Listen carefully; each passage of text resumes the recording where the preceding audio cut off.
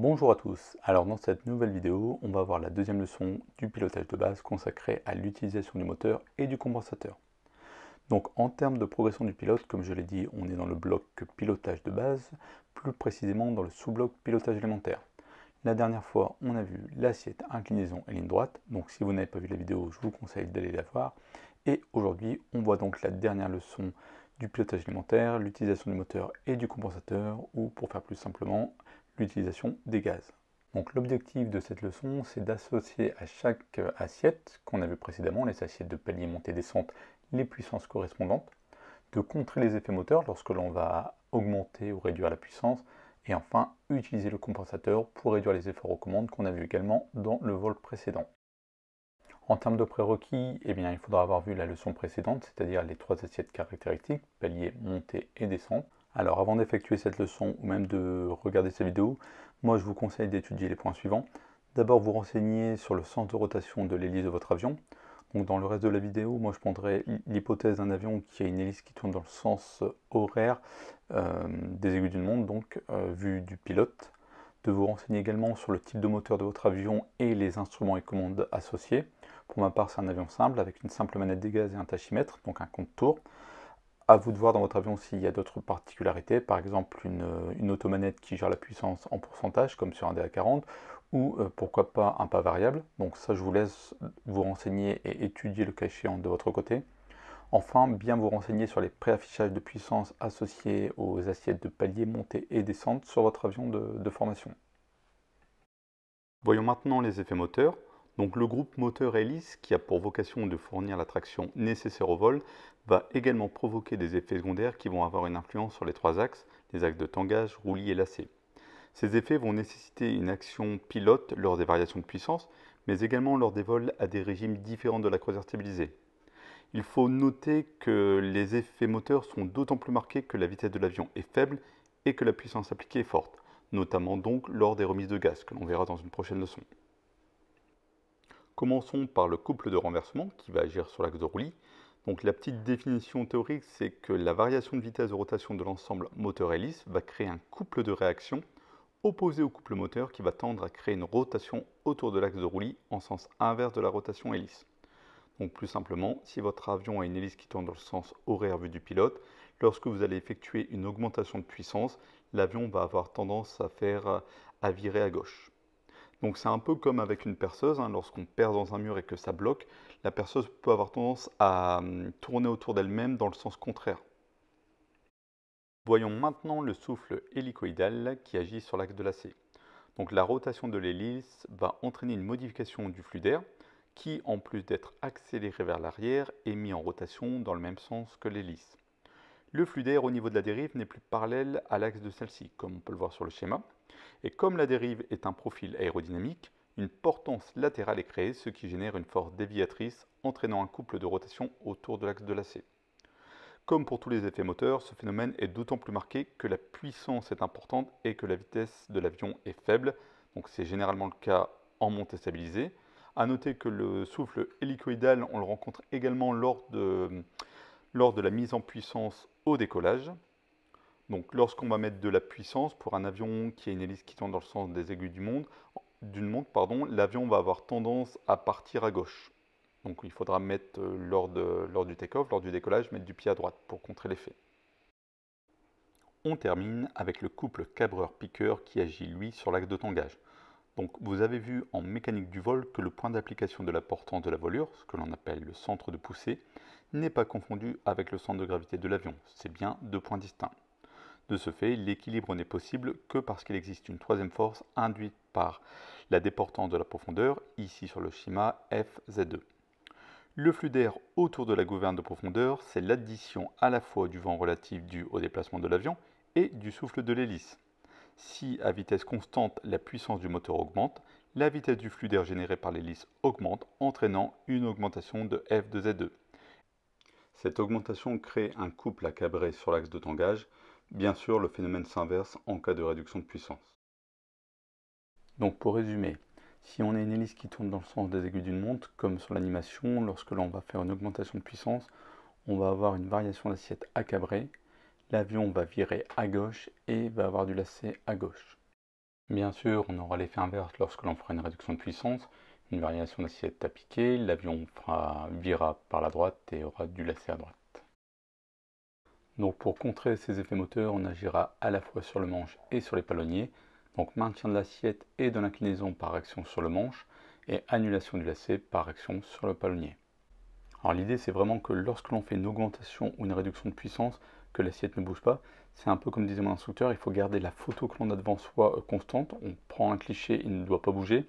Donc l'exercice un peu ultime, c'est d'avoir une assiette et de faire des pleins gaz, plein réduit, plein gaz, plein réduit, tout en comptant les effets moteurs bien entendu, et faire en sorte que l'assiette que l'on a devant soi ne bouge pas d'un poil. Parlons maintenant de compensation. Donc on a vu dans la leçon et dans le vol précédent que maintenir une assiette en régime stabilisé, ça nécessite de maintenir un effort constant au niveau du manche. Donc le but de compenser, ça va être de supprimer cet effort aux commandes autour de l'axe de tangage en vol stabilisé. Donc normalement, vous avez vu lors des premiers tours avion que le compensateur, c'est la petite tablette mobile qui se trouve au niveau de la gouverne de profondeur. Elle va être actionnée à l'intérieur de l'avion à l'aide de la molette qu'on peut voir ici. Sur certains avions, on pourra également trouver une commande, ce qu'on appelle un trim électrique au niveau du volant. Donc l'intérêt d'annuler cet effort au manche par l'utilisation du compensateur va être double, à la fois de gagner en précision sur la tenue d'assiette, mais également de dégager de la ressource pilote, ce qu'on appelle de la charge de travail. Clairement, quand votre avion est bien compensé, vous pouvez le piloter à deux doigts, c'est-à-dire que les corrections et les écarts vont être minimes, vous aurez donc plus de dispo pour faire autre chose. Alors, on ne compense pas n'importe quand et n'importe comment, il y a des prérequis.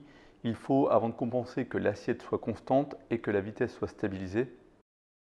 La méthode de compensation est la suivante. Donc, comme je l'ai dit, 1, on affiche et on stabilise l'assiette. 2, on affiche la puissance. Et 3, on attend que la vitesse soit stabilisée. Suite à ça, 4, on détecte le sens de l'effort.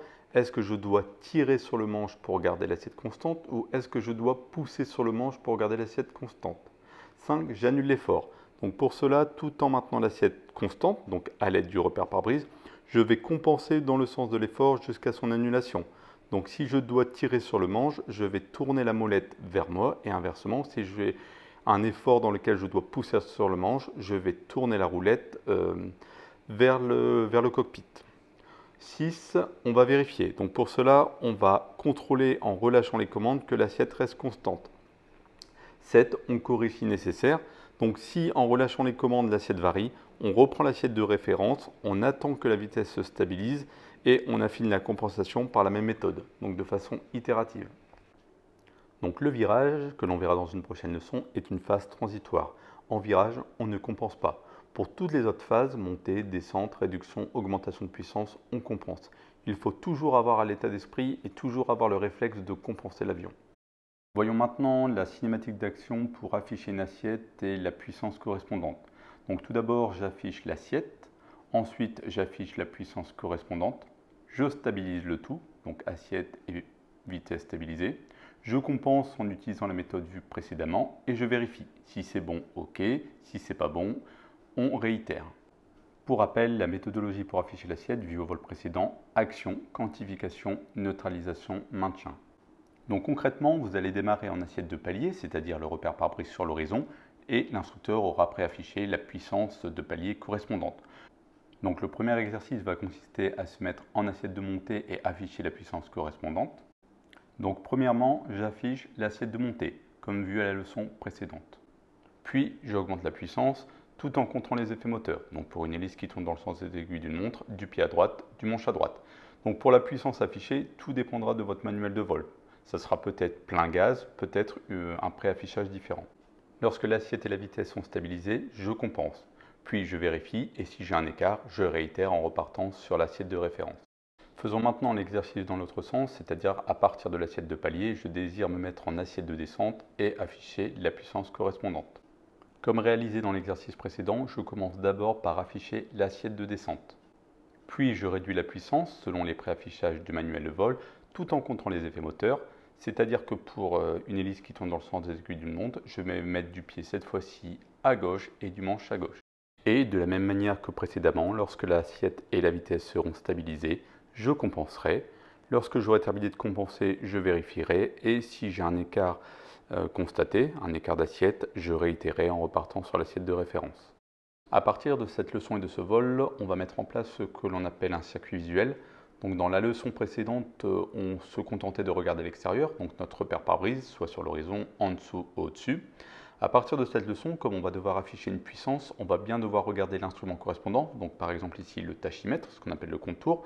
Tout dépendra du type d'avion sur lequel vous volez, mais on va bien devoir regarder cet instrument pour faire le préaffichage associé. De manière générale, le circuit visuel va décrire le déplacement méthodique du regard. Il faut savoir qu'il est toujours centré sur le repère pare-brise. Il va permettre de combiner efficacement la prise d'informations liées à l'anti-abordage, donc tout ce qui est à l'extérieur, et les informations nécessaires au pilotage, l'assiette, l'inclinaison, le préaffichage de puissance, etc. Donc pour le moment, notre circuit visuel est assez simple. Il se compose du repère pare-brise, que l'on va regarder quasiment 80% du temps, et du tachymètre, que l'on va regarder de temps en temps. En fonction du type de moteur et du type d'avion, on aura peut-être d'autres instruments de moteur à vérifier, comme la pression d'admission, etc. Alors, lorsque l'on regarde un instrument à bord de l'avion, on ne doit pas focaliser, bloquer dessus. C'est pour ça qu'on a mis en place une méthode d'observation des instruments qui se décompose en 3 phases. 1. La tendance. 2. La position. 3. La valeur. Premièrement, la tendance. Elle permet de vérifier que l'on a fait l'action dans le bon sens. Donc, par exemple, si j'augmente la puissance, je vérifie sur le tachymètre, sur le compte tours, que le nombre de tours justement augmente. 2. La position, je vérifie que l'aiguille se trouve dans la bonne zone de valeur. Donc par exemple ici, si je vise 2500 tours, je vérifie que je suis plus ou moins entre 2200 et 2700. Enfin la valeur, donc comme son nom l'indique, j'affine pour obtenir la valeur souhaitée. Donc il faut bien avoir en tête qu'entre chaque phase, dans mon circuit visuel, je repasse par mon repère pare-brise. C'est-à-dire que je ne bloque pas sur le compte tour pour avoir la valeur exacte. Je fais des allers-retours, repère pare-brise, compte tour. Voilà qui termine cette leçon. Donc on en a fini avec les leçons du pilotage élémentaire. On va pouvoir passer à la suite avec le pilotage de précision. Dans la prochaine vidéo, nous parlerons d'alignement et décollage, même s'il faut savoir que dans la formation, il n'y a pas un vol dédié à ça, c'est plus une leçon fil rouge.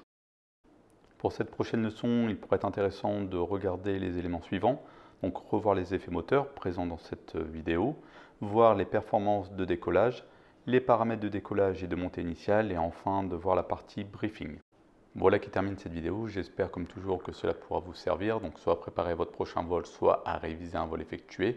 Comme toujours, si vous avez des remarques ou des questions, n'hésitez pas à intervenir dans les commentaires. Je vous souhaite à tous de très bons vols.